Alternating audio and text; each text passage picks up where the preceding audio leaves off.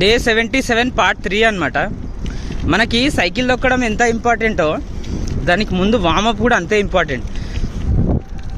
ఎందుకంటే ఇప్పుడు సడన్గా తొక్కుంటూ పోతున్నాయి డైలీ ఒక 10 కిలోమీటర్స్ 12 మన స్ట్రెచ్ డైలీ 12 కిలోమీటర్స్ అనమాట.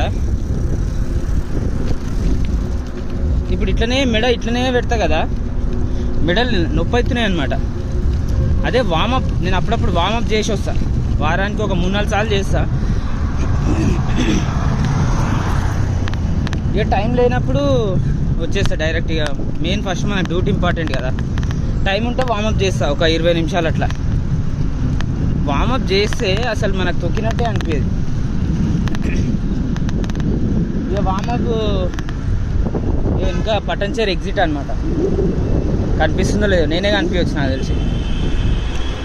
వామప్ చేస్తే జర మంచిగా ఉంటుంది, అది సంగతి. Warm up is very important for anything.